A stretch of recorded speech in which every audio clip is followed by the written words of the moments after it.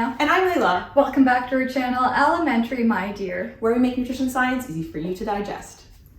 Today we're talking about if you can throw out those vitamin D supplements. Be sure to hit that subscribe button so you never miss one of our videos. If you read the headlines of the New York Times, Forbes, the MSNBC, basically everyone, they're saying, you don't need vitamin D. Vitamin D is a scam. Throw your vitamin D supplements in the garbage. These articles are very hyperbolic, and they say based on this one study that was published on July 28th, throw those vitamin D tablets in the garbage. First of all, what is vitamin D? Vitamin D is a fat-soluble vitamin that's really important for regulation of calcium levels in your body, and it's also really important for your bone health. You can find vitamin D in certain foods, including eggs, mushrooms, fatty fish, and fish liver oils. You can also get them in supplements, including in vitamin D2 form and vitamin D3 form. However, most research kind of consistently shows that vitamin D3 is the best for actually increasing levels in your blood. And you can of course also get it through sun exposure, because exposure to ultraviolet B radiation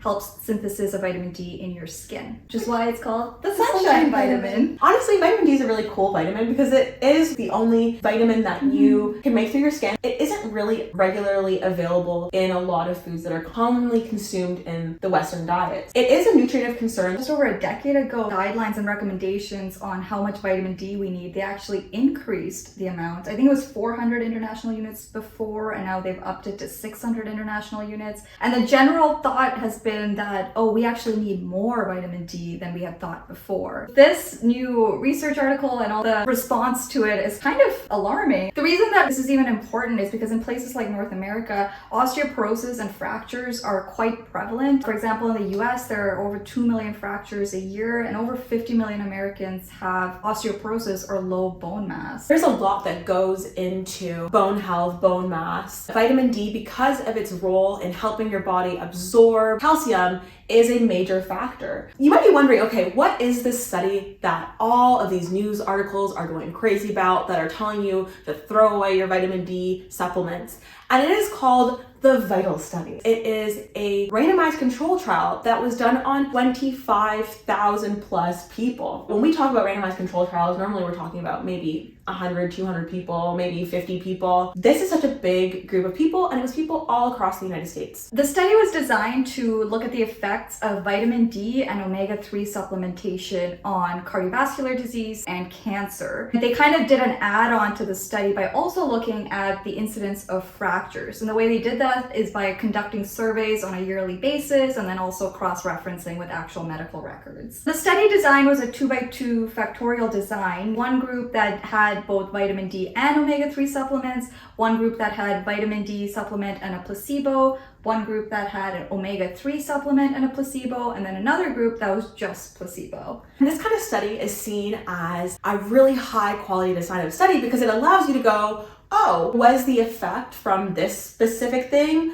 or is the effect additive when we have vitamin D and omega-3 together? It allows you to really figure out what part of a intervention is actually giving an effect. They were looking at cardiovascular disease and cancer. With cardiovascular disease, omega-3 has shown to be beneficial for a lot of those markers. This specific study though, the people who were taking omega-3, they just said, we don't even care about you, because there isn't really a whole lot out there to say omega-3 would help bone health. So let's talk about the results of the study. First of all, they did find that the group taking vitamin D supplements, the levels of vitamin D in their blood did go up, which is not super surprising. I mean, it would be weird if that didn't happen. Also, they found that in the group that wasn't taking vitamin D supplements over the course of the study, which is about 5 years follow-up that they did with these people, it went down just a little bit, their vitamin D status. A second finding was that levels of parathyroid hormone in people taking vitamin D supplements actually went down. This is the hormone that is released in your body when your blood calcium levels go down. Calcium levels in your blood are very tightly regulated. When those levels drop, the parathyroid glands release parathyroid hormone,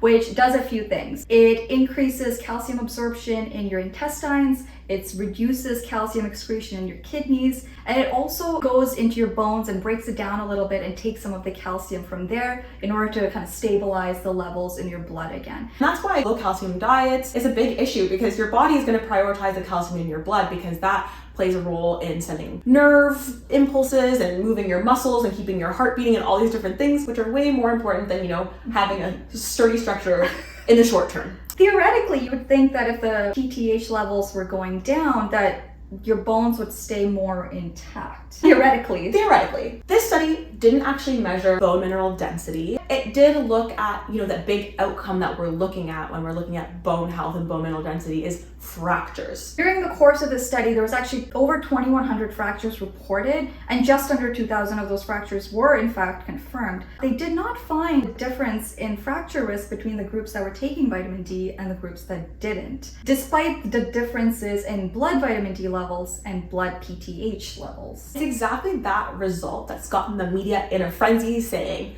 you don't need vitamin D. The conclusion of the study was, in otherwise healthy older adult population, supplementing with 2,000 IUs per day didn't lead to any reduced fractures, even when they accounted things for age, sex, BMI, race. This calls into question, should we be telling people to take vitamin D for their bone health? The study did not account for people's diet or sun exposure, and like we talked about in the beginning, those are contributors to vitamin D status. As we always say, you cannot make a conclusion on what people should be doing based off of one study, and this is where the media really loves to just go wild. Is one study gets published and they're like, listen, you need to change everything that you've been doing. It's worth putting this study in context with the other literature that's been out there, because this isn't the only study that exists on this outcome. It is one of the biggest studies in terms of the number of people. It is very, very well designed, but it's not the only one out there. So we should look at the context. First of all, there actually aren't a lot of randomized controlled trials on this specific topic, but there was one meta-analysis that looked at 11 randomized controlled trials, and they actually found that supplementing with both vitamin D and calcium for 7 years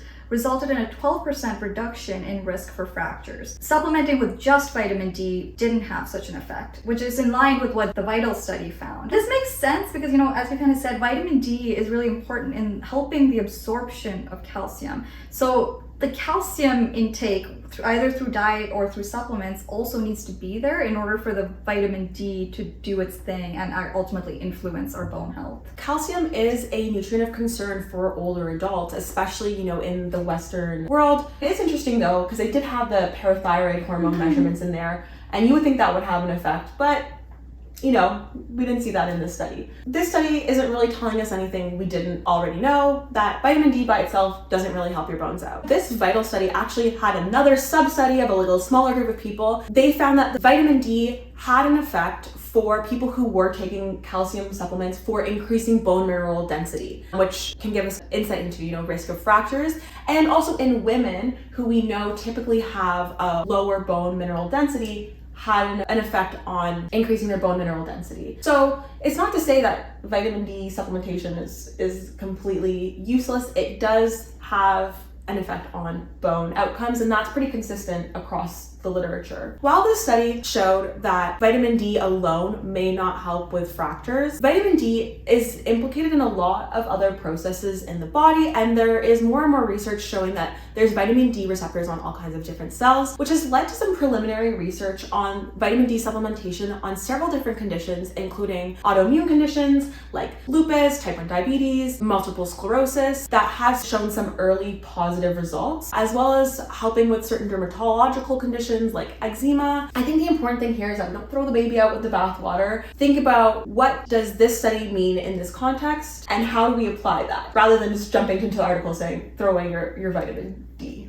So at the end of the day, when you look at the bulk of the literature, it still seems that vitamin D could still be of benefit to people with either bone mineral density, low sun exposure, or have low intakes of vitamin D. Especially when taken with calcium, it seems like it would still be supportive of bone health. Not only that, but considering that vitamin D supplements are relatively cheap and the risk for toxicity is quite low, it's quite possible that the cost-benefit analysis there might make vitamin D come out on top, but ultimately that is a personal decision, and if you are concerned about any conditions or anything with your medical situation, please do consult with your doctor. If you're wondering anything about vitamin supplements, talking to a healthcare professional, maybe even a dietitian, might be a really good place to start. Really, what we can say here is that this one study didn't show an effect of vitamin D in reducing fractures in healthy old people, but doesn't mean that vitamin D is necessarily bad, and it could be a beneficial supplement for a lot of people who might be at risk of certain conditions, especially things related to bone health. Thank you so much for watching. Be sure to like, comment, and subscribe. Hit that notification bell so you never miss a video, and follow us on Instagram and TikTok. Thanks for watching. Bye. Bye.